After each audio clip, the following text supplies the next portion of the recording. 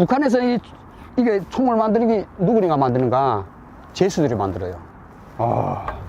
제가 깜짝 놀란 게 특전사, 그 양천에 이제 특전사가 있어요. 거기를 가봤거든요. 이게 장병들한테도 그런 걸 교육하겠죠. 북한군 총이 어떻다 하는 거. 너무 심통해서 진짜가해가지고 같이 해봤는데, 근데. 안녕하세요. 예, 안녕하세요. 자기소개 부탁드리겠습니다. 저는 북한에 있을 때는 김정일 경호부대에서 이제 13년을 하고 북한에서 탈출해서 이제 대한민국에 2016년 5월에 들어왔습니다. 8, 9년 되신 거네요.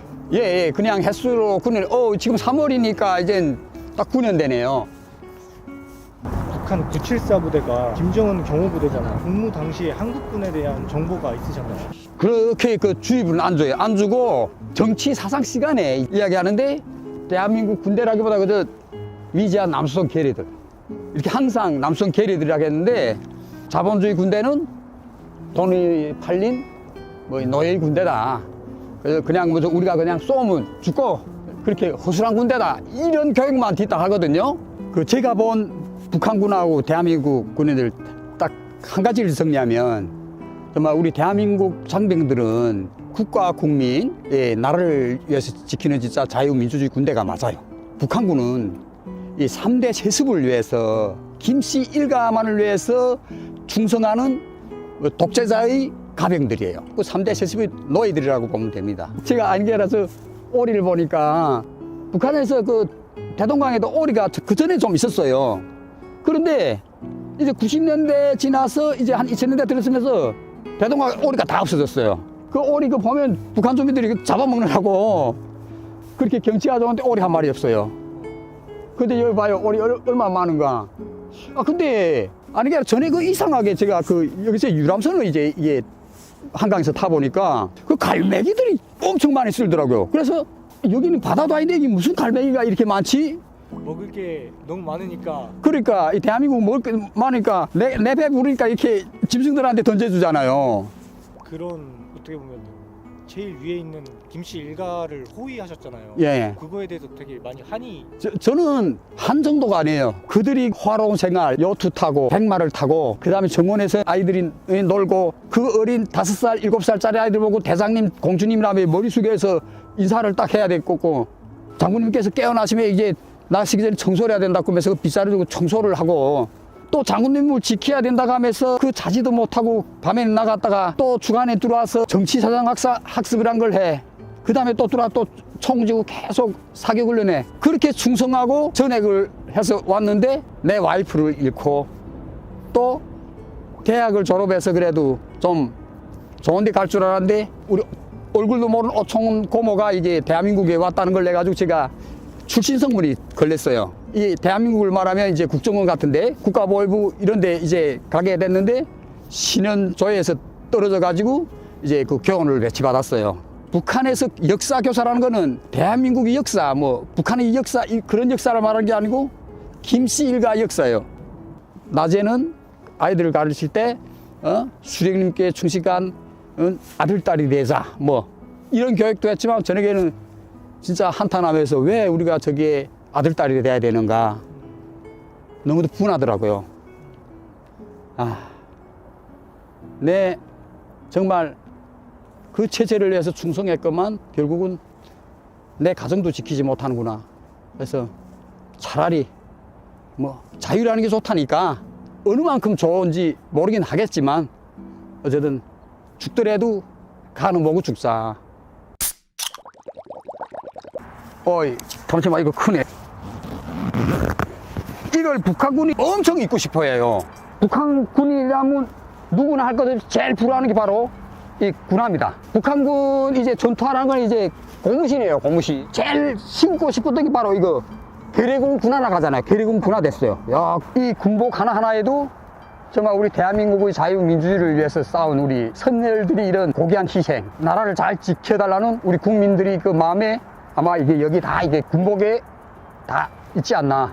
그 부대에 이제 들어갈 때 우리 영사들이 이게 뭐야 무기 딱 매는데 저는 처음에 이게 무슨 놀이감 총인 줄 알았어. 너무 생긴 것도 이쁘고 너무 간편하고 해가지고. 근데 북한군 총은 아무리 어쨌든 뭐 경호부대까지 그렇게 해도 투박하거든. 보면은 우리 장병들이 잘 생겼으니까 이 무기도 엄청 이쁘게 만드는 것 같아요. 제가 깜짝 놀란 게 특전사, 그 양천에 이제 특전사가 있어요. 거기를 가봤거든요. 이게 장병들한테도 그런 걸 교육하겠죠. 북한군 총이 어떻다는 거. 너무 심통해서 진짜 가해가지고 같이 해봤는데, 근데 북한군 총이랑 키로수까지 딱 맞췄더라고. 3.1kg란 말이에요. 방산에서 그 최고라고 하는 이 탄화를 만드는 그 풍산이라고 있는 걸 들었어요. 군수공장이. 북한에서 이게 총을 만드는 게 누구리가 만드는가? 제수들이 만들어요. 이런 거는 정치범 소용소나 들어갔다 영영 나오지 못하는 그런 데 들어간 사람들이 이거 총을 만들거든요. 예, 그걸 어떻게 알았냐면은 우리는 그 선물무기라고 했어요. 그런데 우리 건 안 뺏겨졌단 말이에요. 우리 무기는 녹도 안 쓸고 총이. 그러니까 왜 녹이 안 쓰는가? 이 무기 이걸 다 사람이 연마했대. 너희들이 지금 들고 있는 선물무기는 장군님께서 배를 준 거다.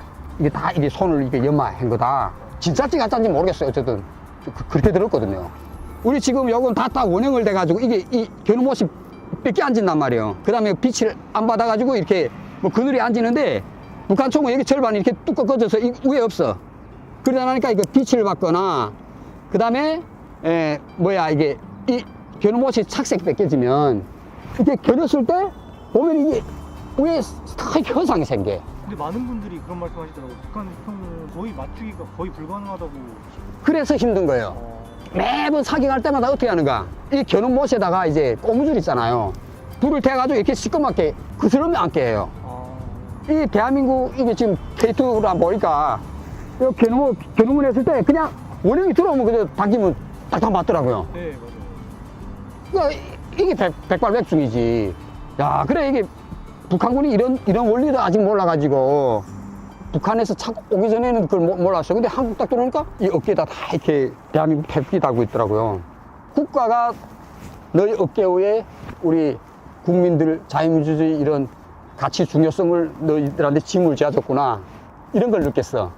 그러면서 우리 장병들이 충실할 수밖에 없는 게 자기 어깨에 태극기가 이게 항상 있으니까 최근에 또 우리 한국 군대 이거 보고 따라 하더라고요. 아, 그래 그거 보고 원래는 없었어요, 북한이. 없었고 예. 최근에 갑자기 최근에 한 2년 전부터 그렇게 다른 것 같아요. 그것도 뭐 다 하는 게 아니에요. 예, 북한에는 이 군복의 단추 하나도 그 경제적 사정이 어려워가지고 달기 힘들어. 우리 경호부대 했을 때 기본 사격 그 3가지요. 처음에 이렇게 서서 사격. 그 다음에 2번째 끌어앉아 사격. 그 다음에 3번째 엎드려 사격. 사격장 진출해가지고 탁 이렇게 하고서 총 탁 하고 탁 쏘고. 사격은 얼마나 해보셨어요? 한 달에 대충 한 10번은 사요. 딱 경호부대밖에 그런 게 없어요. 특수부대도 그렇게 사격 못 했대. 특수부대 만난 사람들 보면. 근데 우리 대한민국 우리 장병들 보면은 사회 건설의 동원들 이런 게 딱 훈련만 하잖아요. 꼭 경호부가 딱 그래요. 북한군에 유일하게 그렇게 해요. 김정은이 자기를 지키기 위해서 엄청 신경을 많이 썼네요. 그 작년도 이제 10월 달인가 이제 우크라이나 파병되기 전에 밑에 그 개구리복 입고 군인들이 쏘잖아요. 경호부대 아들이야, 몽땅. 북한 군인들이 17살에 나가서 31살까지 되는데 우선 먹지 못하니까 17살에 제일 성장할 때인데 그때 먹이지 못하고 저렇게 완전 쪽박차니까 저는 처음에 한국 부대에 가서 북한을 말하면 이게 옥가생, 탈북자 강사가 오니까 제일 멋있고 잘생긴 사람들을 모아놓은 줄 알았어. 근데 벌써 부대에 들어가서 보니까 그 우리 장병들이 체격에 벌써 위압이 딱 들더라고요. 키 다 이만할까 이렇게 보는데 건장하다는 건 더 말할 거 없고 다 이렇게 딱 채워가는 선수들처럼 근육이 그렇더라고. 그냥 뭐 어쨌든 뭐 무장 장비, 뭐 체력, 그 다음에 또 자유민주주의가 있어 살아봤으니까 독재자한테서 자기 자유를 뺏기자는 사람들이 그럴 사람은 없잖아요. 그러니까 이 3가지가 다 됐으니까 북한군하고 무슨 뭐 대비해 볼 때는 우리가 너무 다 압도적이에요. 호위 부대 나오셨잖아요. 예. 그렇게 체력이 건장해서 갖다 놔둬도 몸이 막 허약해지고 사람이 더 성장해야 되는데 그 17살에 나가서부터 성장할 시기에 못 먹고 힘들고 하다 보니까 성장 못하고 오히려 더 줄어들더라고. 북한군이 모여놓고 수십 명 모여놓고 보면은 얼굴이 새까맣게 타고 이 강대뼈 내처럼 강대뼈 이렇게 나오고 주름살이 많고 아바이 부대 같아. 아바이 부대. 북한군이 늙은 아바이 있잖아. 아바이.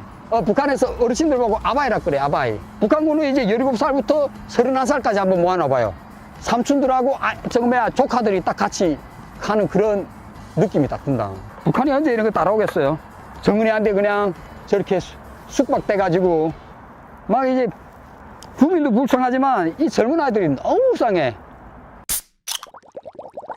그때 들어가서 제일 어려운 게 철봉이야. 이게 상급병사 강진 타고 타 이렇게 하고 타 이렇게 올라선단 말이에요. 그 다음에 이제 이게 발 모아서 이렇게 뭐 아이고 잘안돼 이렇게 올라가는데 이렇게 올라가는 사람도 북한군에서는 뭐라 그럴까 똥자루라 그래요. 병사들이 똥자루 사가지고 이렇게 올라못 간다 그런단 말이에요. 이걸 이렇게 해가지고 좀 올라가 이거 원래는 이게 쫙 발을 붙여가지고 이렇게 쭉 올라가야 돼요. 북한에서 전역했을 때가 몇 년 전이에요? 2003년도. 그럼 벌써 22년 전이에요? 예, 예. 22년이 지난 현재. 그다음 이거 현수라고 이렇게 해서 이렇게 하면 땅 짚고 이렇게 서요. 이렇게 서가지고 알았어. 이렇게 서가지고 이렇게 해서 이렇게 알았어. 이렇게 하고 이렇게 발로 차고 뭐 치고 몸이 기억을 하시는군요. 기억은 나죠. 야, 이거 경호부대 있잖아요. 군대 있을 때 축구 못했어요. 배구하고 농구만 했어요. 왜? 그 김정은이 그 큰 별장에는 이자처럼 화로군 이런 게 체육시설이 다 되는데 군인들이 경비구역에는 운동장을 만들 그 부지가 없었어. 그 북한에서 이제 신문이나 이런 데 보면 뭐 어디 어느 나라 뭐 올림픽하고 무슨 선수권대회하고 한데 한국이 계속 들어가 있잖아요. 같은 이게 한반도로 한 게 작은 땅에서 갈라졌는데 경제적인 측면이나 체육에서 차이가 나니까 사람은 똑같은 사람인데 저 남한은 저렇게 체육도 잘하고 경제도 좋고 국방도 좋은데 북한은 왜 이러냐 하면서 말은 안 했지만 대비를 하면서도 이 북한 사회하고 남한 사회에 대해서 많이 생각을 했어요. 신문 같은데 이게 제일 뒷면이 귀때길로 그저 어디 아시아 뭐 선수권대 뭐 올림픽 여기서 이렇게 나오는데 근데 그것도 이제 군대 있을 때는 대한민국이랑 남조선이라는 거 몰랐어요. 제가 31살까지 그냥 북한 체제에서 남조선 하니까 그냥 남조선이다 이렇게 들었는데 전역을 해서 장마당을 나가는데 이제 쌀자루가 대한민국이라고 있었어. 이 대한민국이라고 대만인가 했는데 우리 엄마하고 장마당 나갔다 엄마 이 쌀이 제일 좋다 그래서 이거 싸자 하니까 야, 그 너무 비싸다 그랬어. 그러면서 이 대한민국이라는 게 남조선이라고 하더라고. 북한에서 모를 때 남조선, 내 어릴 때. 그 다음에 사회 나와 보니까 남조선, 대한민국, 그 다음에 한국, 아랫동네 뭐 이렇게 해서 한 4가지 되는 것 같아. 북한 사람. 아랫동네라는 말씀 많이 해주시더라고요. 네. 체험 소감 한번 말씀해 주시면 돼요. 야, 이게 이 멋진 군복, 그 다음에 멋진 무기를 정말 선사해준 우리 국민. 지금도 우리 최전선에서 하늘과 땅, 바다를 지켜주고 계시는 우리 장병님들. 정말 이 자유민주주의를 위해서 너무도 고생 많습니다. 진짜 대한민국은 나의 심장이라고 생각합니다. 정말 나라 이름 백성은 개마도 못하다고 했는데 나 같은 사람을 우리 대한민국 국민을 받아서 또 이 좋은 세상에 너네 정착을 잘하라고 그래도 나라에서 정착금을 줘. 바다하는 게 너무 큰데 이 땅도 국민이 주고 또 이 좋은 삶을 우리 국민들이 제공을 하는데 지금은 평범해서 크게 보답할 길이라는 게 그냥 내가 나가서 일하면서 정착하고 해서 일하면서 이제 세금도 내고 이 대한민국을 지키겠습니다. 대한민국은 나의 심장. 현재 하고 계신 일이 있으실까요? 건설 현장에서 이제 그 터널 공을 일하고 있어요. 네, 그걸 하고 짬짬이 대한민국 특전사령부 이제 전담 강사로 제가 이제 8년을 그렇게 하고 있습니다. 일을 하다가도 그냥 부대에서 강사님 강의 좀 해주십시오 하면은 그냥 전 달려갑니다. 이걸 보니까 어떤 부대 갈까 단결, 어떤 부대 갈까 또 충성, 또 어떤 부대 갈까 백골. 정말 군대도 안에서 다양성이 있구나. 근데 북한은 그냥 군인들이 인사할 때 안녕하십니까? 안녕하십니까? 이게 다예요. 옛날에는 안녕하십니까? 했다면 지금은 대한민국에서 충성! 하겠습니다.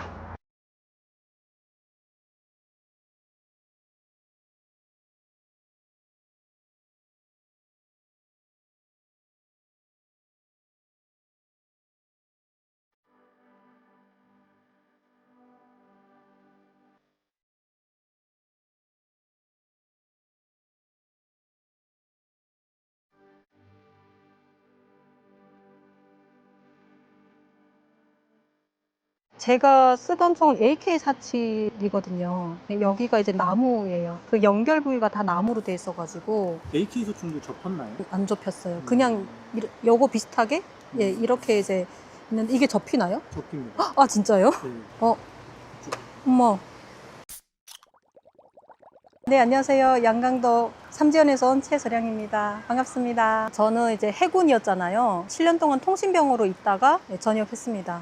통신병이라는 게 북한에서는 이제 그 전화 교환수라고 해서 구대와 구분대 사이에 전화 통화를 연결하는 그런 직업이 있거든요. 한국에는 거의 볼 수가 없더라고요. 복무 당시에 한국군에 대한 어떤 정보가 있으셨나요? 공식적으로 가르쳐 주거나 이거는 많지 않았던 것 같아요. 키리졸브 합동 군사 연습을 하고 있다, 뭐 미군과 동맹이다, 무슨 훈련한다 이런 거에 관해서 들었지 한국군의 그 내부 생활이라든가 이런 거는 거의 몰랐어요. 그리고 군복무를 한 3년 정도 하고 있다.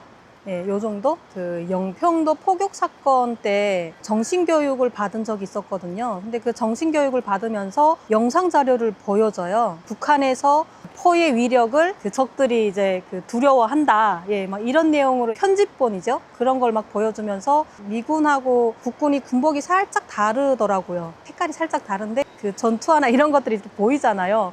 근데 왜 저렇게 키가 건장하고 크지? 이런 생각만 했던 것 같아요. 아, 군복도 좀 좋아 보인다 이런 생각도 하고 근데 시설이 왜 이렇게 좋은 거지? 그 영평도 사무소가 나와요. 동사무소. 거기에서 그 민간인들이 막 이렇게 탈출해서 대피하는 장면도 나오거든요. 대부분 다 콘크리트더라고요. 포알이 이렇게 떨어져가지고 그 폭격한 자리가 철근? 예, 이런 것들이 막 보이고 요만큼만 구멍이 딱 이렇게 나와 있는 모습이 보이는 거예요. 거기서 이제 하는 얘기보다는 막 다른 상상을 좀 했던 것 같아요. 아, 이렇게 콘크리트도 되게 좋아 보인다.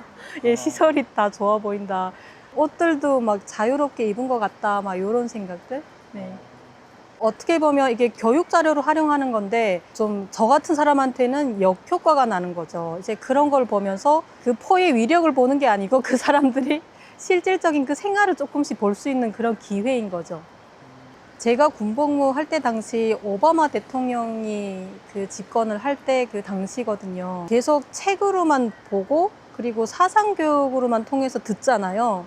미국 이름이면 뭐 마이클 막 이런 이름이어야 되는데 이제 오바마니까 왜 오씨가 대통령을 할까 막 이런 생각도 사진을 한 번도 본 적이 없으니까요. 대통령이 바뀔 때마다 또 그런 거는 좀 알려져요. 뭐 오바마 정부에 들어서서 뭐 또 어떤 걸 하고 있다. 이제 그 한국하고 동맹이다 보니까 무슨 훈련을 하려고 한다. 그래서 뭐 우리는 그에 맞춰서 정신적으로 뭐 육체적으로 잘 단련해야 된다 막 이런 교육을 되게 많이 하거든요. 근데 이런 것들이 뭐 뉴스나 이런 걸 자주 보면 그래도 더 기억 잘 되고 할 텐데 이걸 보여주지 않고 계속 그 말로만 하다 보니까 어떻게 보면 저 같은 사람이 좀 많지 않았을까.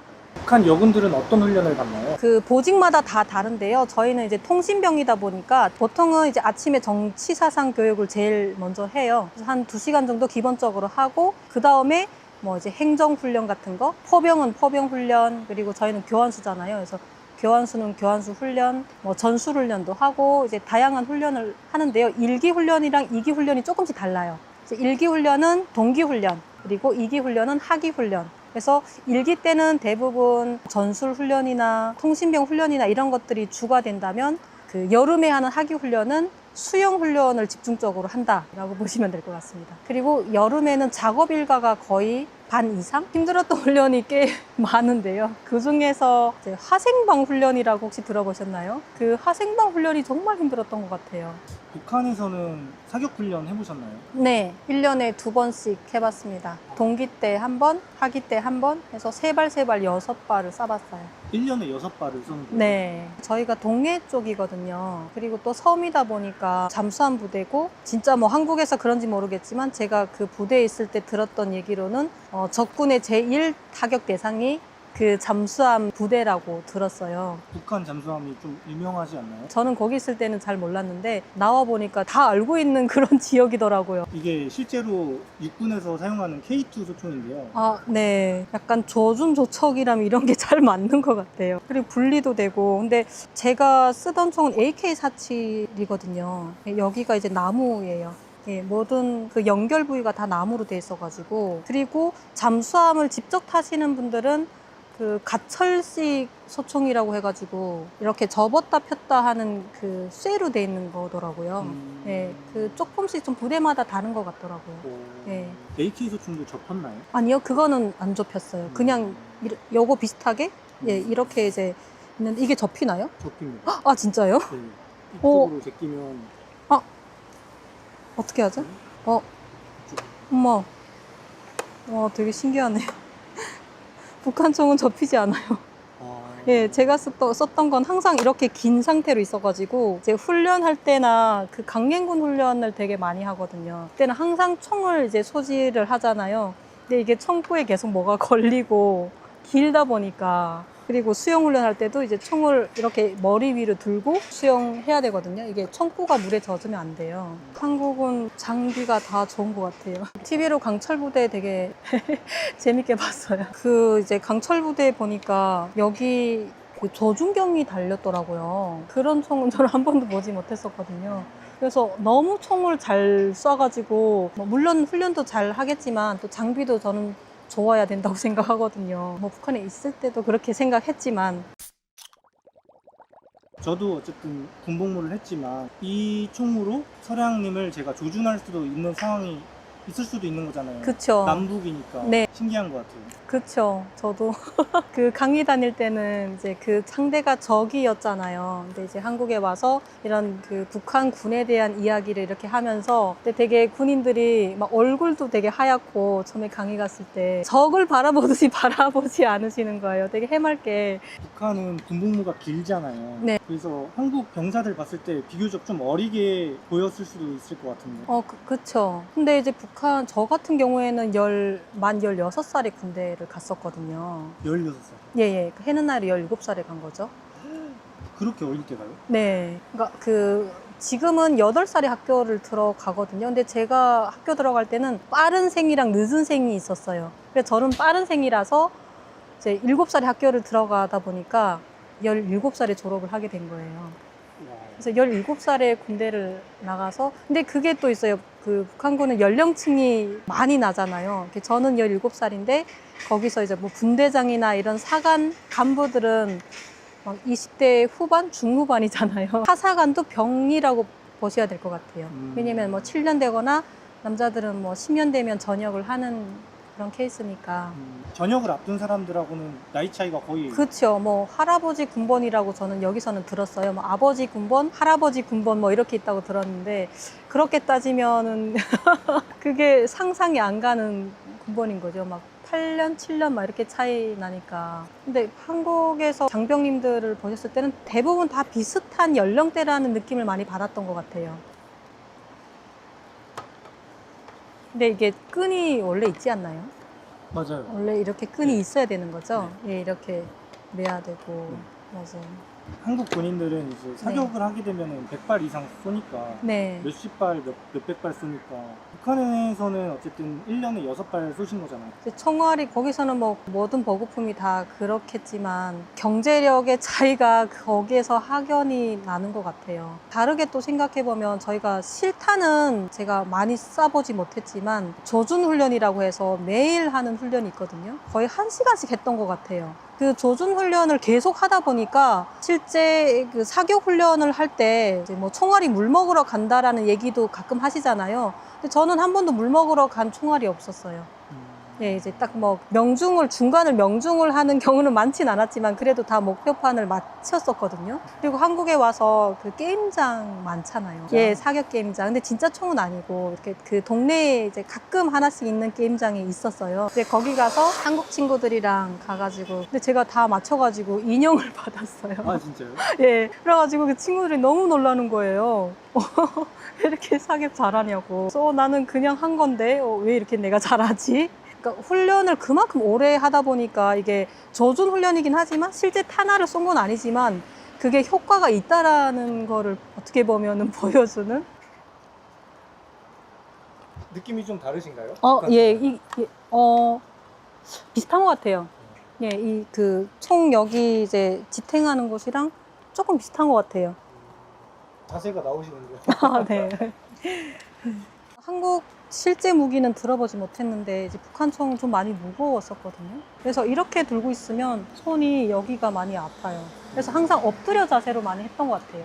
북한 군인들은 장비는 열악한데 정신력이나 체력 같은 거는 우리가 만만하게 볼 상대는 아니다라고. 그렇죠. 정신교육도 이제 매일 2시간씩 받으면 사실 빨간색도 파란색이라고 하면 그렇게 보일 정도로 교육을 받는다고 저는 생각을 하거든요. 그러다 보니까 그런 생각이 우러나요. 아, 이제 장군님을 위해서 전시에는 이제 몸이 총알이 돼서 싸워야 되겠다. 이런 생각이 들었었어요. 군대에 있을 때는.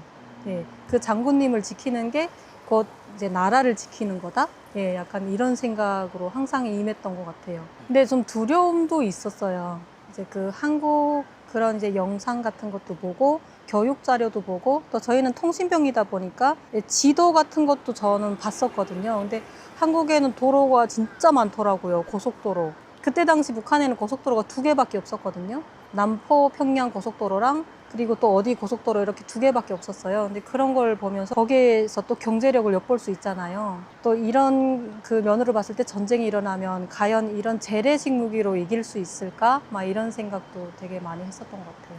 전 겁도 나고 항상 상대가 이제 만만하다고 생각하면 전 절대 안 된다고 생각하거든요. 상대가 어떤 준비가 되어 있는지 그런 것들 징후를 잘 파악하고 또 거기에 맞춰서 준비하는 게 저는 최선이라고 생각해요. 그래서 그런 것들이 지금의 또 평화를 만든다고 저는 생각을 하거든요.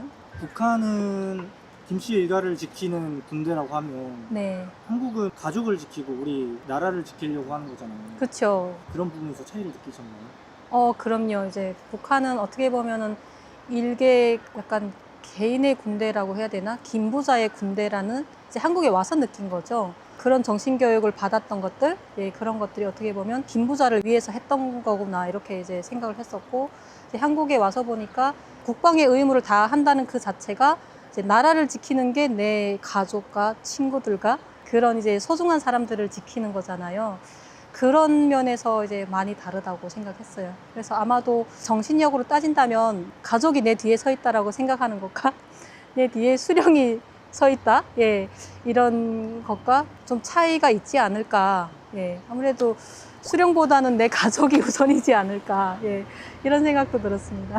북한에서 남군과 여군의 차이가 그 생활하면서 아무래도 여자랑 남자랑은 조금 패턴이 좀 달라서 이제 일가 생활에서는 조금 차이가 있었거든요. 아침에 이제 일어나서 세수 및 정돈하는 시간이 있는데 그 시간에 조금 여자들은 시간을 좀 더 주거나 정리하는 시간에도 조금 여자들은 그거는 일가에는 따로 표시된 건 없어요. 예, 근데 부대장이 알아서 예, 조금 이제 2분, 뭐 3분, 예, 5분 이렇게 또 기분에 따라서 달라져요. 근데 기분이 안 좋잖아요. 그러면 똑같이 시켜요. 남자들이랑.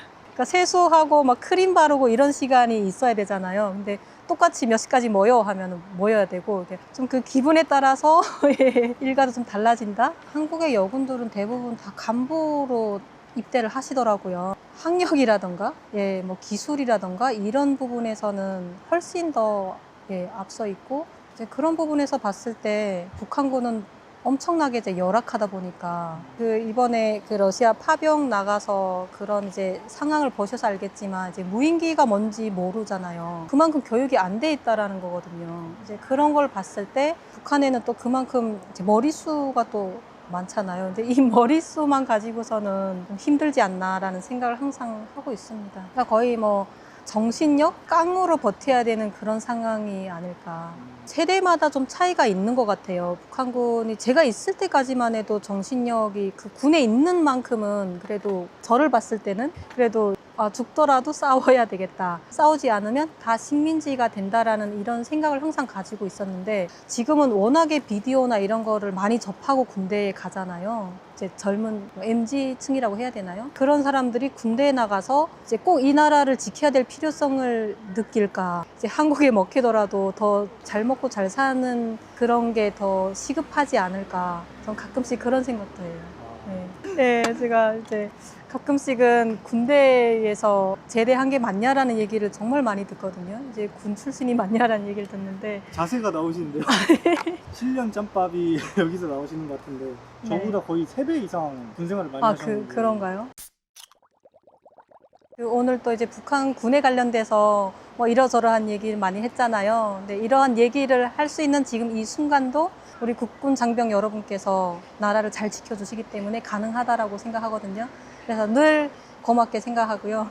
네, 감사합니다. 앞으로 계획이 있으신가요? 유튜브를 할 계획이 있습니다. 채널 이름을 이제 정했고요. 그리고 북한에 관련된 모든 이야기를 할 예정입니다. 네, 많이 놀러와 주시면 감사하겠습니다.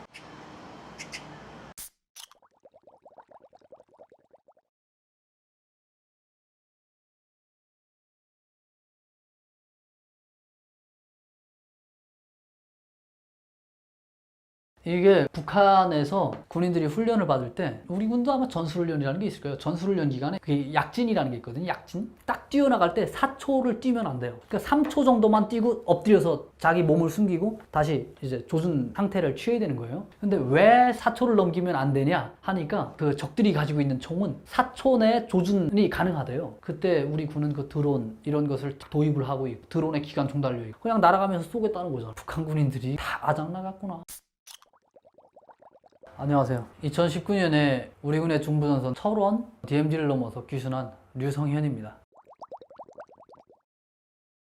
탈북하시기 전에 어릴 적에 어떻게 사셨나요? 저는 시골에서 자라가지고 뭐 학교 가다가 가기 싫으면 도랑에서 물고기 잡고 그리고 그냥 집에 다시 돌아가고 그리고 낚시질을 하러 또 많이 다녔어요. 집에 그 강 같은 게 흘렀거든요, 주변. 그래서 강에 가서 낚시질하고 이렇게 하고 또 집에 가고 이러면서 쭉 자라다가 어느 순간 고등학교 딱 들어섰을 때 제가 학교 초급 간부가 됐어요. 우리나라로 치면 뭐 반장 그런 거예요. 우리 대한민국에서는 반장이 그냥 봉사하는 그 느낌이더라고요, 학교에서. 근데 북한은 그렇지 않아요. 학교에서 반장이 그냥 뭐 학급에선 김정은이에요, 그냥.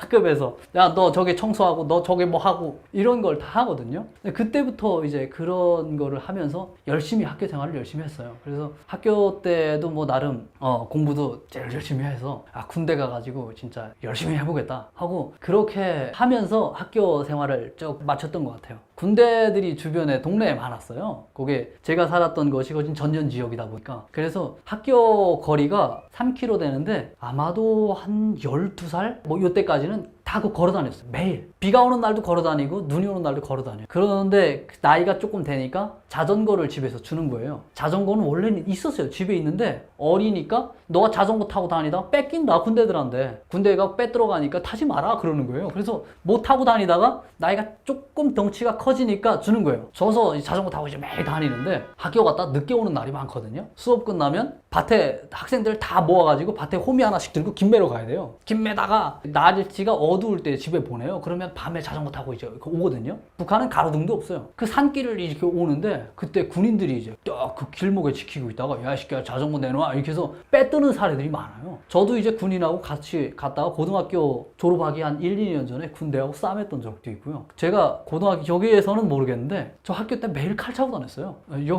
여기서는 모르겠어요. 여기 한국에서는 어떻게 하는지. 칼을 안 차고 다니면 두려운 거예요, 이게. 학교 가서 싸움을 해도 뭘 해도 그냥 돌 짚고 머리를 찍든 뭐 하든 거기는 자기가 자기를 지키지 못하면 생존을 할 수가 없어요. 그래서 이거 하나 차고 다녀야 마음이 좀 든든한 거예요. 그래서 그렇게 하고 자전거 타고 매일 이렇게 다니고 이러면서 학교를 마쳤죠. 그리고 군대 갔죠. 탈북하게 된 계기가 있으실까요? 군대 가서 열심히 하겠다고 이렇게 해서 갔는데 저는 세뇌가 잘 먹히지 않은 상태였어요. 그 당시에 절대적인 충성 이런 게 좀 없었어요. 다른 사람들보다 그게 부족하다 보니까 북한 사회에서 쭉 돌아가는 상황이 야 저게 제대로 된 거야? 하는 그런 의문을 자꾸 던졌던 것 같아요. 군대에서 그 주변에 뭐 동기들? 얘네들 보면 저보다 다 아버지, 엄마, 가족 이런 것들이 좋아요. 심지어 저희 부대는 조선노동당 중앙위원회차가 727 이렇게 나가거든요. 앞번호가. 근데 그런 사람이 차를 쭉 타고 와가지고 진짜 찌질한 새끼거든요. 태워가지고 그냥 휴가 뭐 쓱 가는 거예요. 그러니까 하고 얘가 한두 달 있다가 쭉 부대에 와요. 그리고 부대에다가 뭐 고기 같은 거 좀 실어다가 한 끼 먹여주면 끝이에요. 근데 저는 몇 년 동안 복무해도 집에 갈 수가 없어요. 월급은 없고 그리고 군관학교는 가지 말라고 뭐 그런 기회는 없고 저는 군대 마치고 무조건 농장에 가서 농사를 지어야 돼요. 그런데 북한에서 농사를 짓는 사람들, 쌀 농사를 짓는 사람들이 쌀을 못 먹거든요. 이게 우리 속담에 그런 말이 있잖아요. 떡 만드는 놈 떡 먹는다고. 그거는 잘못된 속담이에요. 북한에서 쌀 농사 짓는 사람들이 옥수수를 먹어요. 이게 쌀 가격이 옥수수 가격의 2배가 되거든요. 그러니까 쌀을 갖다 팔고 옥수수를 사다 먹는 이런 농장 시스템에서 가서 일해야 되는데 일할 만큼 주지 않는 거예요. 근데 저는 북한 사회가 어지간하게 잘못됐다는 걸 알아요. 그냥 눈 감고 제가 일할 수 있는 상황이 아니에요. 저는 무조건 반항할 거거든요. 반항하면 정치범이에요. 북한에서. 시간상 문제인 거죠. 제가 북한에서 정치범이 되는 거는. 그래서 야, 이런 사회 이거는 바꿔야 된다. 이거는 무조건 이건 바꿔야지. 이거 노동당 이걸 안 바꾸면 내가 정치범이 되거나 죽거나 이거 두 길 중에 한 길인데 이런 생각이 생기다 보니까 야, 내가 저기 남조선 간다. 남조선 가서 그들의 도움을 좀 받아서 이 체제를 그냥 끝내버려야 되겠다. 이 생각으로 탈북을 하게 된 거예요.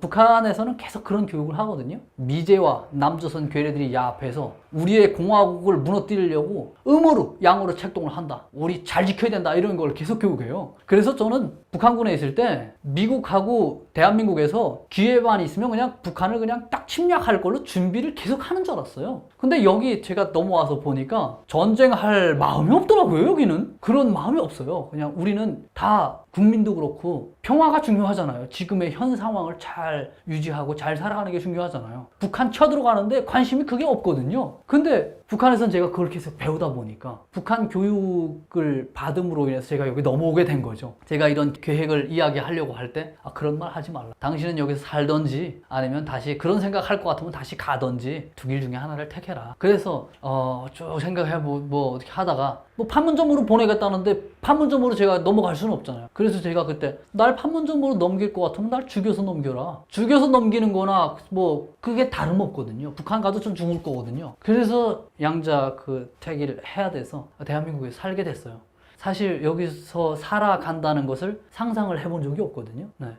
대한민국 사회가 어떻게 돌아가는지도 잘 몰랐고요. 그런데 하루하루 살면서 야, 이 우리 민주주의 사회가 이런 사회로구나 하면서 지금은 삶의 귀중함도 알게 되고 인권이라는 것도 알게 되고 이렇게 또 배우면서 뭐 북한이 어떻게 왜 잘못됐는지 이런 것도 알게 되고 하면서 감사함을 느끼게 되죠.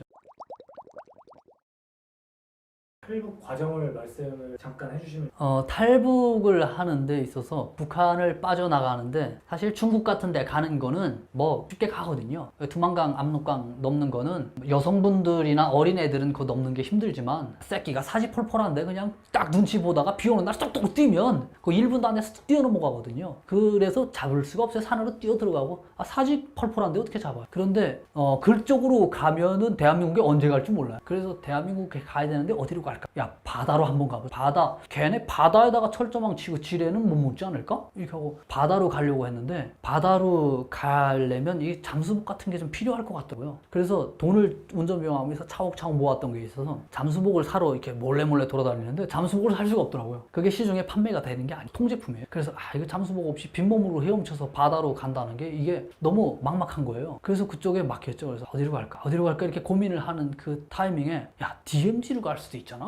이 생각이 드는 거예요. 북한에서는 DMZ를 군사분계선이라고 이야기하고 군사분계선으로 갈 수 있잖아. 근데 그거 어떻게 넘어가지? 막 이렇게 고민을 하다가 탁 머리를 스쳐 지나가는 게 있더라고. 북한에서 대한민국으로 흘러내려가는 강줄기들이 있는데 거기다가는 지뢰를 못 묻었겠지. 거기다가 지뢰를 묻을 수는 없어. 그러면 내가 그걸로 가면 지뢰를 안 받고 갈 수 있겠지. 그리고 비 오는 날 가야 되겠다. 제가 군대에서 경계근무랑 서보면 비 오는 날은 밖에 내다보기도 싫더라고요. 이게 군복이 다 젖으니까요. 젖고 소리도 안 들리고 보이지도 않고 하니까 뭐 진짜 누나를 부릅뜨고 지키려고 해도 지킬 수가 없어요. 그래서 야, 이 비 오는 날 가면 그냥 잘 되겠다 하고 비 오는 날 택했어요. 비가 우리나라 제일 많이 오는 그 시즌이 있잖아요. 그럴 때 계속 기다렸죠. 그럴 때만을. 제가 겨울에 이 생각을 타겠는데 장마철까지 한 뭐 몇 개월 남은 거예요. 계속 장마철 기다리면서 어떻게 넘어가지? 이거 군대에서 없어지면 또 찾아요. 1시간만 없어져도 야, 이 새끼 어디 가서 탈영했어? 뭐 이게 탈영자도 워낙 많고 하다 보니까 찾거든요. 그래서 어떻게 시간을 벌지? 군부대에서 민간인들이 보던 책이에요. 어떻게 하다가 그 상급들이 보던 책이 있는데 소설책 손자병법과 36개라는 소설책이 있어요.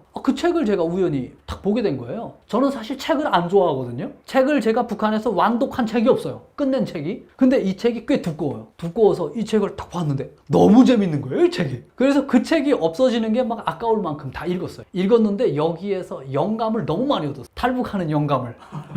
이거 군부대에서 빠져나가는 거 이렇게 해서 빠져나갈 수도 있구나. 이걸 영감을 다 얻어가지고 그래서 이 군부대에 탈영하는 것도 계획을 세웠을 수 있었던 것 같아요. 그 모든 것이 저를 주변에서 일어나는 상황들이 저를 탈북으로 이끄는 것 같더라고요. 운명처럼. 네. 그래서 안전하게 부대를 계획 세워가지고 벗어나서 장마철에 이제 딱 떠나가지고 DMZ 앞에까지 힘겹게 왔는데 비 오는 날 이렇게 오다 보니까 방위 판정이 안 되는 거예요. 동서남북. 뭐 해가 뜨고 있으면 군대에서 배웠던 방위 판정 동서남북 그걸 뭐 쉽게 할 수가 있는데 비가 쫙쫙 오고 그냥 새까만 밤이니까 동서남북을 모르겠는 거예요. 그래서 이거 어떻게 하지 하다가 번개가 번쩍번쩍 치는 거예요. 번개 칠 때 높은 산이 보이죠. 야, 저기 올라가면 방위 판정이 되고 높은 산에 기 올라갔어. 높은 산도 아마 한 3-4시간 올라간 것 같아. 그냥 막 물웅덩이에 빠지고 이러면서 딱 올라가서 산에 딱 서니까 여기 우리 군사분계선 DMZ에 불을 쫙 밝혀놓은 게 보여요. 근데 그게 막 길을 잃고 망망대해에 떠있던 배가 등대를 찾은 그런 기분이에요.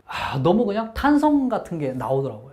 저기로구나. 길을 찾아서 그 다음에 또 저 불빛을 향해서 가는 거죠. 가서 한 6km, 뭐 7km 이 근방에 가서 제가 멈춰 섰어요. 서가지고 그 조금 더 가면 그냥 북한 철책이 있기. 그래서 딱 멈춰 서가지고 이제 많은 생각이 드는 거죠. 저기 넘어가다 죽을 수도 있다는 그 순간이 앞에 다가오니 그 20세까지 살아왔던 그 과정이 사진처럼 쫙 지나가더라고요. 이렇게 지나가면서 막 떠오르고 엄마도 생각나고 그냥 눈물이 폭포처럼 나오고 비와 비, 눈물 막 섞여가지고 막 흘러내려가고. 근데 저 죽음, 내가 이것을 회피하고 다시 그냥 북한으로 그냥 다시 돌아간다면 내 인생 매일 짓밟히면서 살아야 되는데 이거 살아도 살한 게 아니지 않냐 이거는. 내 죽더라도 저기 넘어간다.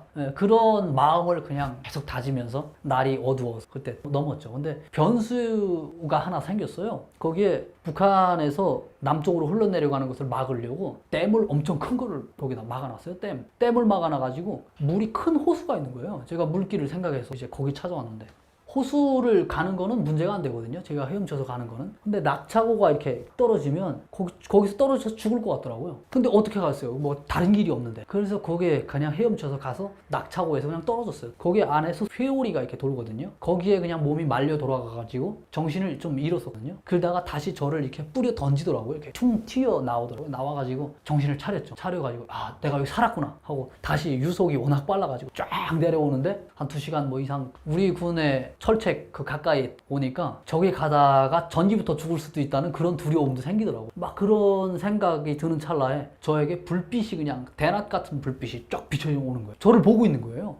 비가 그렇게 쏟아지는데. 그래서 제가 막 손을 흔들었죠. 이렇게 손을 막 휘파람 막 불고 이러니까 군인들이 저를 이제 발견하고 귀순할 의사가 있는가 남쪽으로 내려오라 하면서 확성기를 이제 불어요. 방송을. 그래서 그때 이제 거의 다 왔는가 이렇게 하면서 육지로 올랐어요. 육지로 올랐는데 힘이 다 빠져가지고 한 300-400m 뭐 이 정도 거리가 되거든요. 그게 육지로 걸어가는 게 갈밭이 그냥 이게 허리 막 무릎 이 정도 막 빠져요. 빠지면서 막 기다시피 해서 이제 거기 가는 거죠. 제발 와서 딱 그냥 잡아갔으면 좋겠는데 우리 군도 매뉴얼이 있으니까 저게 철책으로 나오진 않죠. 제가 와서 나중에 알았던 건데 힘겹게 철책 앞에까지 딱 갔어요. 갔는데 철문이 쫙 열리더니 군인들이 뛰어나오더라고요. 옷이 그냥 다 젖고 그냥 뭐 말이 아니죠. 그냥 꼴이. 주머니에서 제가 선글라스를 딱 꺼내가지고 선글라스를 썼습니다. 쏘니까 아마 군인들은 저 새끼 저거 뭐 하는 거지 아마 좀 웃기는 군인도 있고 저 새끼 이게 긴장하는 군인도 있고 했을 거예요. 사실 우리 동양 이게 문화에서 대낮에 선글라스를 쓰고 다녀도 좀 뭐 하는 꼴값을 떠내 약간 그런 느낌이 있잖아요. 북한은 더 하거든요. 그게 북한은 선글라스 쓰면 한 대 맞거든요. 근데 이게 뭔가 도덕적으로 좀 지나친 걸 알면서도 제가 선글라스를 준비해오고 썼던 이유가 무조건 저는 여기 오면 사진 찍어서 노출하는 줄 알았어요. 언론에. 저는 다시 북한에 가야 될 사람인데 언론에 노출하면 안 되잖아요. 그러니까 선글라스를 제가 준비해가지고 왔다 선글라스를 쓴 거예요. 그리고 제가 가지고 왔던 장비 이런 것들 다 철책 자를 장비도 제가 다 가져왔거든요. 그거 다 내려놓고 그리고 팔목에 제가 칼도 하나 차고 왔었는데 그거 다 내려놓고 그리고 이렇게 했는데 군인들이 저를 딱 묶더라고요. 묶어서 나는 내 집에 내 발로 찾아왔는데 왜 묶습니까? 이렇게 반문을 제가 했어요. 그러니까 그분들이 이거는 절차니까 따라줘야 됩니다. 그래서 아무 말도 못하고 그냥 딱 묶여가지고 눈 다 싸매고 안에 들어가서 이렇게 갔고 그래서 그분들이 또 귀순 유도를 이렇게 지뢰가 거기에 300m는 땅으로 올라왔기 때문에 귀순 유도를 잘 해주셔가지고 무사히 올 수가 있었죠. 국정원에서 조사 받잖아요. 어떠셨어요? 국정원에서 조사받을 때 사실 엄청 좀 긴장했어요, 제가. 지금 제가 여기 넘어오기 전까지 겪었던 모든 거를 다 조사하거든요. 제가 기억이 만들어진 다음부터 조사해요. 그때부터. 근데 그 과정을 다 글로 써서 다 제출하거든요. 글로. 그리고 글 써서 제출했던 거에다가 또 이중 3번, 4번 체크를 이렇게 물어봐요. 물어보는데 거기서 조금 어긋나는 것들이 있거든요. 그리고 제가 쓰지 못한 것들도 있어요. 예를 들어서 어린이집 다닐 때 북한은 유치원이라고 하는데 유치원 교사 이름이 뭐냐 이렇게 물어봐요. 유치원 교사 20년이 지났는데 그거 잘 생각이 안 나잖아요, 이름이. 뭐지 하고 있는데 좀 생각해 보라고 이렇게 하고 다음날 와서 또 물어봐요. 생각 안 나요. 그럼 사지선다 종이 탁 꺼내놔요. 이렇게 꺼내놓으면서 찝으라고. 그거 이름 보는 순간에 딱 떠올라요, 이름이. 그래서 이 사람 딱 찍고 이러는 거죠. 그러니까 거짓말을 할래야 할 수가 없어요. 네. 그런 과정을 이제 거치면서 야, 지금쯤이면 고문할 때가 됐는데 북한에서는 여기 가면 무조건 고문하는 걸로 알고 있었거든요. 고문하면 손톱 발톱 뽑는 건 기본이고 그냥 두들겨 패고 이걸 알고 있었는데 하루가 지나 3일이 지나도 고문을 안 하는 거예요, 이게. 그리고 자꾸 물어보고 여러 반복해서 그래서 지금쯤은 고문할 때가 됐을 것 같은데 고문할 나 받을 준비 됐으니까 빨리 끝내자고 이러니까 그분들이 막 웃으면서 우리는 고문 안 해요 그러더라고요. 그렇게 말하는데 믿을 수는 없죠. 제가 한 15일 동안 거기서 딱 독방이거든요. 독방 같은 데서 이제 조사를 받는데 그 3일 4일 지나고서는 밤에 깊은 잠을 잘 수가 없어요. 자다가 두들겨 패가지고 또 나가자 해가지고 고문할 것 같은 그런 두려움에 15일을 보냈거든요. 근데 고문을 안 하는 거예요. 근데 15일쯤 되는 날 거짓말 탐지기라는 걸 갖다가 이제 그걸 해야 된대요. 그 가서 방음 다 되어 있어요. 그 거짓말 탐지기 하는 데는. 거기 가서 엄청 큰 뭔가 안마의자 같은 데 이제 딱 앉히더니 머리에다가도 뭘 잔뜩 심고 가슴에다가도 붙이고 이러더라고요. 이제 때가 왔구나. 15일 때 되는 날 전기 고문을 하려는가 보다 하고 딱 생각했는데 쫄지 말래요, 저보고. 너무 당황해하지 말고 묻는 말에 답하면 된다. 그래서 묻는 말에 몇 마디 답했어요. 근데 됐대요. 끝났대요. 나가라고 해서 이렇게 하고 나왔어요. 근데 실제 고문을 안 하더라고요. 그래서 이거 고문을 안 하고 어떻게 사실 이거 팩트를 어떻게 분간하지? 이러면서 나왔어요. 그런데 제가 워낙 단순하니까 북한군에서 제가 배운 게 뭐가 있겠어요. 북한은 그냥 두들겨 패는 것밖에 모르거든요. 근데 여기서는 다 심리 전문가들이 앉아가지고 다 거짓말 하는지 안 하는지 그 조사하는 사람들이 다 심리학 박사 이상이에요. 다 그 심리 물어보는 사람들은. 이 사람들이 그냥 어린이집 그냥 어린애 갖다 앉혀놓고 이제 물어보는 거거든요. 그러니까 그 사람들이 그냥 그 거짓말을 할 수가 없는 거죠. 그 사람들 앞에서. 그 과정을 그렇게 해서 넘겼죠. 한국 군부대 강의도 다녀보셨잖아요. 네. 신기했던 게 있으실까요? 제가 우리 군에 보급이 됐는지 안 됐는지는 모르겠어요. 우리 군에 KTCT라고 하는 과학화군사훈련단 그런 게 있어요. 근데 거기에 견학을 가서 무기를 쫙 봤는데 무기에 조준경이 이렇게 달려있더라고. 대낮인데도 그 레이저 조명 그게 나가서 딱 조준을 할 수가 있다고요. 몇백 메다가 있는데도 그 순간에 조준하는 시간이 그냥 너무 쉬운 거예요. 그 여자들에게도 훈련 안 받은 군인들에게 그런 여성들에게 쥐어줘도 그 무기 그 명중을 그냥 쉽게 하겠더라고요. 네, 그런 무기를 보면서 역시 싸움을 하는 것도 정신도 중요하지만 무기 체계가 진짜 중요하구나 하는 걸 그때 느꼈거든요. 우크라이나 전쟁을 하면서 지금 드론이 막 생겨나고 있지만 그 이전에는 드론에 대해서 잘 모르고 있었는데 그때 우리 군은 그 드론 이런 것을 도입을 하고 있고 드론에 기관총 달려있고 그냥 날아가면서 쏘겠다는 거잖아. 이런 걸 봤을 때 이게 북한 군인들이 그런 일이 벌어지지 말아야지 벌어졌다면 그냥 다 아작나갔구나 그런 생각이 들더라고요. 이게 북한에서 군인들이 훈련을 받을 때 전술훈련을 우리 군도 아마 전술훈련이라는 게 있을 거예요. 전술훈련 기간에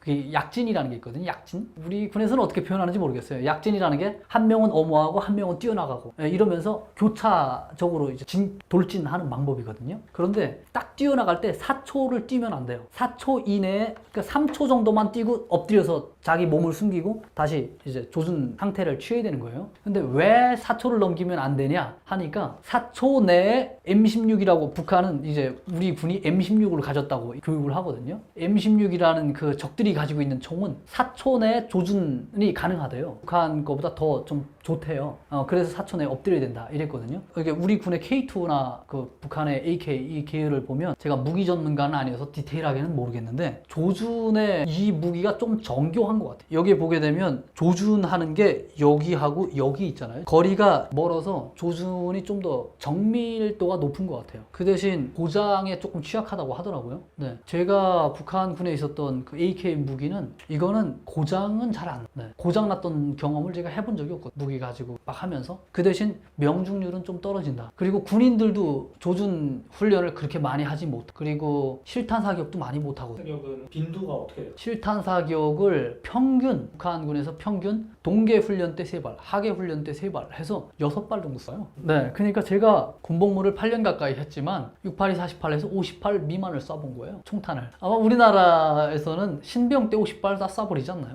네. 그 북한에서는 그래요. 총탄 한 발에 닭 한 마리다. 그래서 총탄 막 쏘지 말아야지. 비싸다고. 네, 비싸다. 포탄 한 발에 소 한 마리라고 그래요. 포탄 한 발에 소 한 마리, 총탄 한 발에 닭 한 마리. 네, 그래서 이걸 막 쏠 수가 없는 거죠. 최근 북한에서 구축함 사고가 났다. 이런 사고는 숨기기 마련인데 공개한 이유가 뭘까요? 김정은 동지께서는 사고 전 과정을 지켜보시고 도저히 용납할 수도 없는 심각한 중대 사고이며 공개를 해서 그들에게 득이 된다면 공개를 하고 실이 되면 공개를 안 하는 거거든요. 그 예를 들어서 그런 거예요. 한번 잡아야 되는 거예요. 그 기강을 한번 그 잡아야 다 애들 다 총살 몇 명 해야 애들이 정신 차려가지고 일을 더 잘할 수 있는 그럴 가능성도 있고, 그리고 북한에서 감추려고 해갖고 숱한 사람들 모여놓고 진수식을 했는데 몇 명만 모여놓고 했다면 감출 수도 있죠. 근데 다 모여놓고 했고, 우리나라나 지금 뭐 미국이랑 실시간 위성으로 자꾸 지켜보잖아요. 지켜보니까 걔네가 배 엄청나게 큰 배를 탁 넘어뜨렸다가 잡아뜨렸다가 금방 세운다면 세웠겠죠. 근데 그게 며칠 동안을 그 넘어져 있을 판인데 자기들이 공개를 안 하면 외부에서 공개해서 알려주면 그게 더 쪽팔리는 거잖아. 그래서 아마 공개하지 않았나. 예. 저게 바깥 외부 세계에다가는 자기들이 지금까지 뭐 거짓말 안 한다 하는 투명성을 보여주는 거고, 내부에는 기강을 잡고 애들 몇 명 총살 해버리고 정신줄 놓지 마라 하는 엄포를 놓고, 이런 효과를 노려서 그러지 않나 이렇게 생각되네요. 군 생활 하실 때 보여주기식으로 처형을 했다거나 이런 게 있었을까요? 제가 실제 가서 처형하는 모습을 본 적은 없어요. 북한군에서 군대에 요직에 있던 사람을 하나 처형을 했는데, 이 사람을 북한에 제일 좋다고 하는 군관학교에다가 묶어놓고 사신고사총으로 썼거든요. 사신고사총이라는 게 6.25 전쟁 때 비행기 잡던 무기예요. 근데 그걸 갖다 이게 쏘는데 군대 북한군 지휘관들 있잖아요. 장령들 다 모여놓고 쏜 거예요. 그러니까 이 사람들에게 야, 만약에 김정은한테 대들었다간 너네 재신세 되는 거야. 이걸 보여준 거예요. 그래서 북한 군인들, 장교들, 이 사람들도 그냥 마음속에 그냥 이게 언제 죽을지 모르는 두려움을 계속 가지고 살아가죠.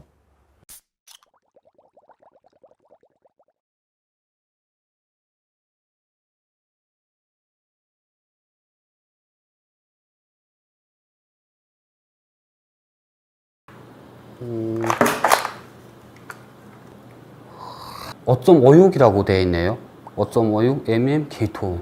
북한은 10년이라는 기간을 군복무를 하고, 한국은 뭐 지금은 짧죠? 뭐 2년도 안 되는 기간 군복무를 하는데, 한국군이 한 달 쏘는 총보다 10년 동안 있어서 더 못 쏘는 군인들도 많아요. 안녕하세요. 저는 북한군 허위사령부 963 군부대 출신 강윤철입니다. 2016년 5월에 한국에 입국했고요. 지금 현재 서울에서 살고 있습니다. 김정은이를 호위하는 게 첫 임무죠. 둘째라고 좀 보면 평양시를 호위한다, 평양시를 방어한다. 만약에 평양시 안에서 뭐 반란이라든가 뭐 이런 게 일어나면 호위사령부가 나서서 그걸 진압하고, 그런 일을 한다고 보면 됩니다. 외국인 수반들이라든가 김정은 뭐 가게라든가 그다음 뭐 북한에서 최고급 간부들을 지키는 그런 일을 한다고 보면 됩니다. 저는 다른 부대가 있지 못해가지고 정확하게는 모르겠는데, 일단은 저희 호위사령부 안에서 또 우리는 경보봉 부대에 있다 보니까 다른 부대보다 또 총을 많이 다루고 총도 많이 쏴보고, 경보다 보니까 또 훈련도 많이 걸어도 보고 했죠. 강의실에서 한국에 대한 거 무슨 병종은 어떤 병종이 있고 계급은 어떤 계급이고 뭐 그런 거 무기는 어떤 거 쓰고 뭐 이런 거를 한 3개월 동안 배우는 그런 교육이 있습니다. 한국에는 뭐 1등병, 2등병 뭐 이렇게 군사 칭호부터 시작해서 무슨 소령, 중령 뭐 이런 거 이렇게 계급도 알려주고, 현재 어느 부대는 어떤 훈련을 하고 있고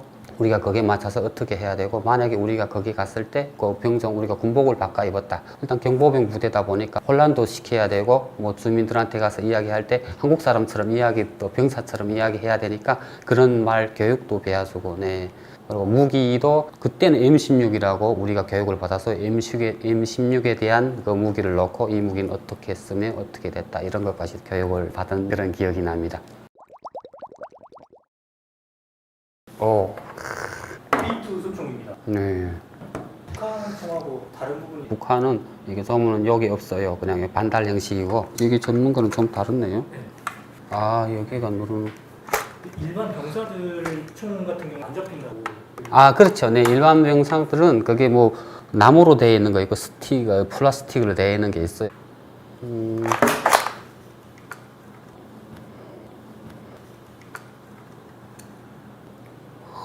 5.56이라고 되어 있네요.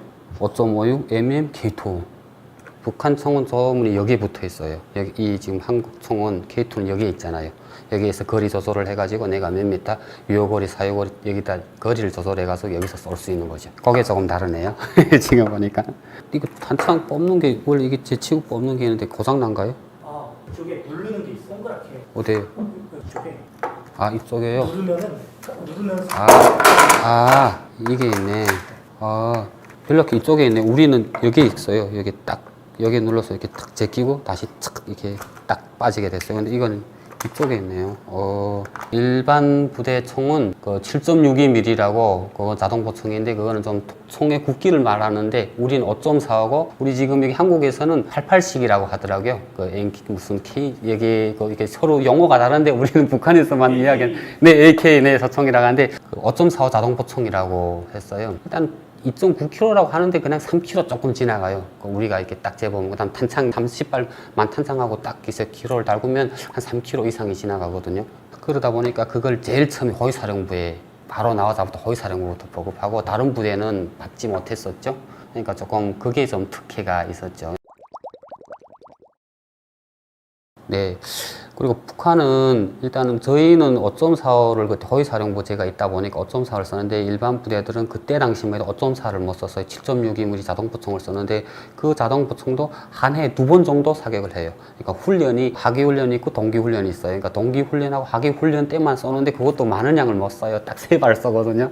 왜 탄알 자체가 비싼 거라 북한은 그 군수품에 돈이 많이 들어가고 탄알 하나 가격이 비싸다고 생각해요. 그러니까 이거 우리 하나를 이거 물 먹이면 안 된다. 이렇게 해가서 정확한 목표를 겨냥해서 쏴야 된다. 교육을 주면서 하는데 뭐 군사복무 10년 치면 뭐 총 한 10분도 못 쏴보는 사람들도 있고 뭐 한 번도 못 쏴보는 사람들도 있어요. 그냥 군사복무를 하긴 하는데 군복을 입었는데 뭐 돼지만 계속 먹이다 오신 분들도 있고 매일 농사만 짓다 오시는 분들도 있고 하니까 뭐 북한이 한 120만이라고 하긴 하는데 한 절반 정도는 뭐 총 뭐 한두 번도 못 써보고 제대되는 분들이 많아요. 한국하고 북한을 조금 그 비교해 봤을 때 보면 북한은 10년이라는 기간을 군복무를 하고 한국은 뭐 지금은 짧죠? 뭐 2년도 안 되는 기간 군복무를 하는데 한국 우리 한 달 쏘는 총보다 10년 동안 있어서 더 못 쏘는 군인들도 많아요. 네, 그게 좀 연약한 거죠. 동기훈련하고 하기훈련에 무조건 3발씩 쏘고 그에 또 훈련을 하고 있습니다. 한 개 대대 안에 5개 중대가 있다면 5개 중대에서 표가 있어요. 그 집중야외 훈련은 뭐 격술 훈련도 있을 거고 이런 단도전법도 있고 뭐 여러 가지 있어요. 그럼 그걸 쭉 봐서 중대장들이 뺐을 때 우리 중대가 사격 훈련이 남청대기라면 우리는 전부 사격 훈련만 해요. 그냥 하루에 한 8시간에 그냥 맨총 쥐고 이렇게 그 사격 조준 훈련 이걸 하다가 그 다음 저녁 때만 되면 한 사람당 1인당 3발씩 또 쏴요. 그리고 또 다음 날은 하다가 또 3발 쏘게서 한 달 동안 그렇게 훈련하는 거죠. 1등 하면 뭐 최고 사령관 동지 뭐 표창이라든가 그런 걸 또 받아요. 다음에 가서 또 뽑았을 때 우리가 그걸 사격 훈련 뽑을 수도 있고 안 되면 다른 걸 뽑으면 또 다른 훈련하고 다른 중대가 또 사격 훈련하고 그렇게 하다 보니까 한 10년 군사복무 하다 보면 그 총을 쏘는 양이 많은 중대가 있을 거고 좀 작은 중대가 있어요. 근데 평균 치면 그걸 빼놓고 그거는 한 달 정도 훈련을 하는데 많이 싸요. 그때는 다 그 사령부 자체에서 탄약 그 무기를 그냥 무한정 쏘게끔 하거든요. 그런데 그 애는 정해진 것만 쏩니다. 정해진 것만 쏘는데 우리는 그 처음에 나갔을 땐 특사훈련이라고 이렇게 엎드려서 안 쏴요. 지금은 이렇게 목표물을 이렇게 해가지고 뭐 1, 2, 3, 4, 10 이렇게 해서 쏘는 그런 거는 안 써거든요. 그건 어린 뭐 이렇게 학교 다닐 때 그 이런 군사훈련이라든가 그럴 때 하고 우리 실지 군인들은 이렇게 엎드려서 안 쏘고 목표판이 움직이는 걸 쏘거든요. 그리고 그때 한때 또 방침이 내려가지고 낮에 사격하지 말고 밤에 우린 야간에 많이 활동해야 되니까 야간 훈련을 많이 하라 해가지고 이렇게 목표판을 모형을 만들어 놓고 집 밑에 불을 붙여요. 그러니까 전국, 우리 말하자면 전구알이죠. 전구 따마를 딱 해놓고도 있거든요. 그럼 전구 따마가 거리가 5초 동안 지나가요. 이렇게 시작해서 5초. 5초 안에 3발 다 쏴야 돼요. 그러면 밤에 되면, 밤에는 어떻게 들리냐면 총을 쏘면 그 목표판에 철로 만들었거든요. 맞으면 땡땡 소리 나요. 그럼, 맞췄다. 맞췄다. 이건, 혜택은 없어. 어쩌다 한 몇 년에 한 번씩 총을 쏴가지고 뭐 잘 쐈다면 혜택이 있는데 아니에요. 우리는 뭐 한 달에 한 번씩 3번 훈련하고 쏘는 거라 혜택은 없고 불이익이 있죠. 만약에 내가 다 마쳤다 하면 나는 부대를 들어가는데 우리 부대에서부터 사격장까지 한 15리 정도 된다고 할까요? 그냥 걸어서 1시간 반, 한 1시간 40분 정도 가거든요. 그래야 사격장에 있어요. 그래서 사격하고 들어오는데 우리가 다 마친 사람들은 무기를 안 가지고 그냥 빈몸에 들어와요. 그런데 사격했을 때 못 마친 사람들은 우리 무기까지 다 메고 우리는 1시간 반이라는 걸 그냥 걸어오는데 이 사람들은 배로 산을 우회해서 한 3시간 동안 떼서 들어와요. 그러니까 그게 문제죠. 그러니까 무조건 표창 이런 건 없는데 내가 무조건 맞춰가지고 내가 오늘 그냥 걸어 들어간다. 막 어떤 때는 3개, 4개씩 매구수를 떼야 되거든요.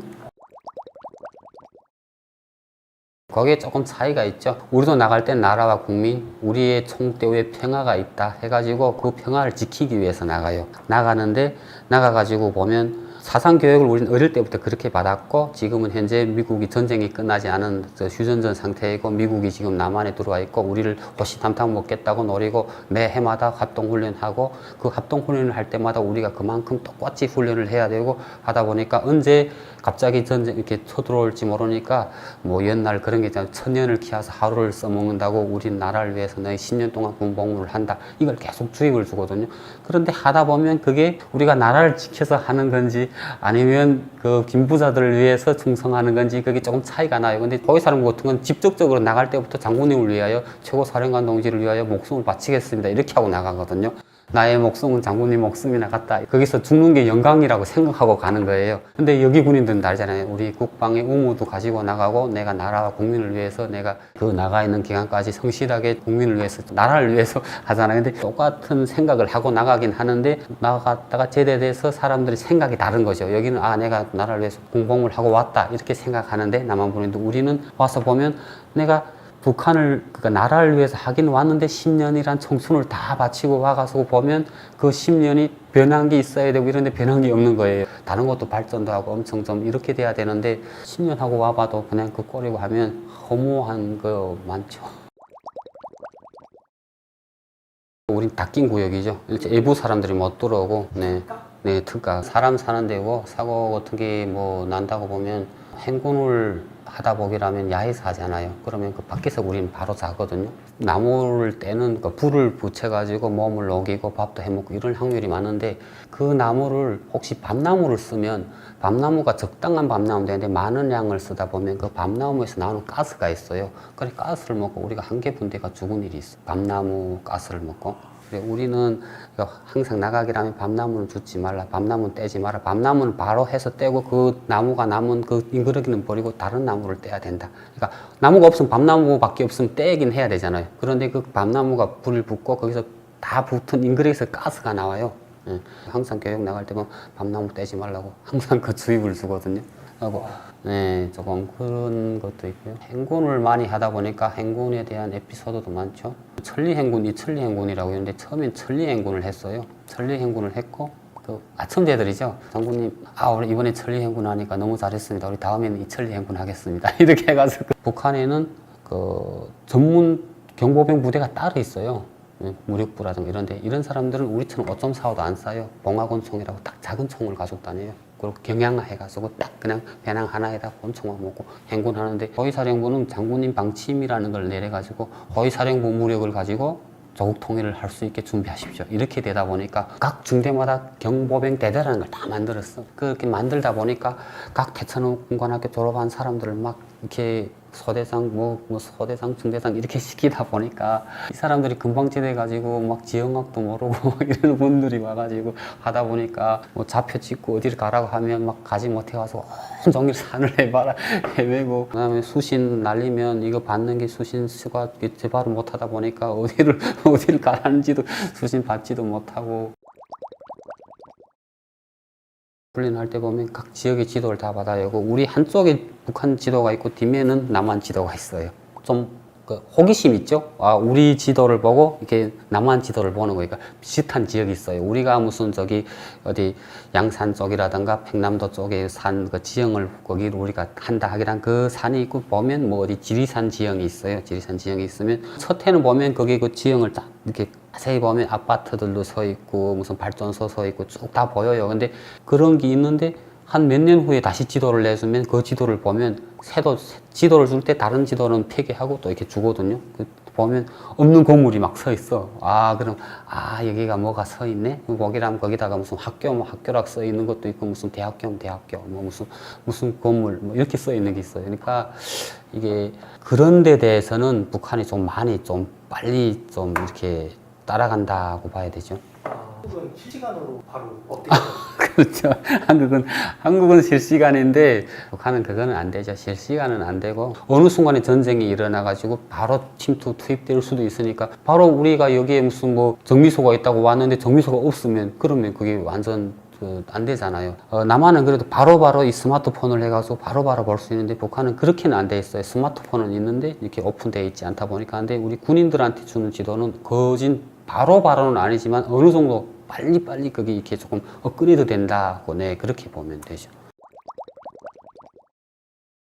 저는 어떤 때 보면 미디어라든가 그런 데 이렇게 보게 되면 북한군이 너무 한심하다고 이렇게 이야기하는데 조금 경제적이라든가 그게 연약한 건 맞아요. 왜 이렇게 뭐 군복이라든가 모든 그런 데라든가 무슨 이런 건 좀 연약하기는 한데 그 사람들이 정신 상태는 좋아요. 북한은. 그러니까 지금은 솔직히 90년대 사람들이 나가가지고 뭐 장마당 세대라고 하는데 그분들이 나가가지고 정신 상태가 좀 흐려졌다고 하는데 흐려진 거는 맞아요. 흐려진 건 맞긴 하는데 이 사람들이 뒤로 물러설 그런 자리가 없어요.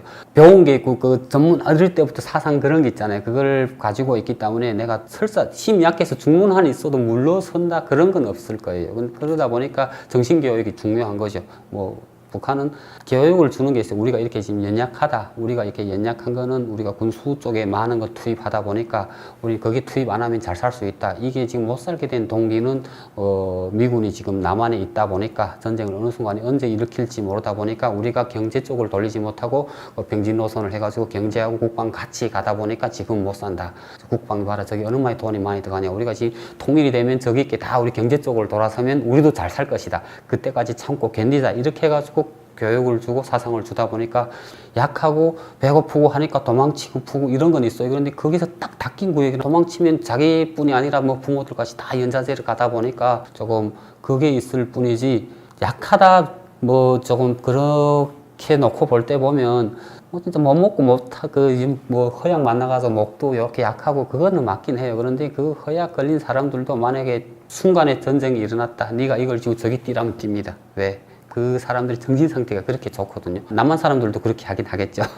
저도 한국 군대를 전역한 입장에서 최근에 스마트폰 전화를 하시잖아요. 네. 인권 관련해서는 참 좋은 부분이지만 부작용도 있는. 그렇죠. 뭐 저는 솔직히 뭐 군인하고 직접 대상은 못 해보고 뉴스라든가 이런 데 보면서 우리가 다 듣고 이런 거 있잖아요. 지금 현재 뭐 스마트폰도 쓰게 하고 영역 안에서 뭐 다른 데는 못 쓰지만 또 그 안에서 또 이렇게 서로 또 부모님들하고 연결도 하는데 그게 우리가 지금 뭐 북한하고 대치 상태가 없다면 괜찮을 것 같아요. 뭐 핸드폰도 쓰고 뭐 이렇게 하는데 우리는 아직 전쟁이 중단된 그 휴전선 상태이고 언젠간 뭐 북한에서 남한 침략할지도 모르고 이런 상태이고 항상 북한도 남한에 대해서 주시하고 뭐 계속 이렇게 하는데 군인들이 조금 해해진다든가 그 통신을 하면서 그렇게는 안 되긴 하겠지만 서로 북한도 해킹도 많잖아요. 그 사람들 통신 해킹해서 어느 부대는 어떻게 했고 오늘은 뭐 먹고 어느 날은 휴식이고 이런 걸 어느 정도를 알 수 있게 확률도 있어가지고 좀 그런 데 보면 좀 네, 걱정이 조금 되는 거죠. 네. 감사합니다.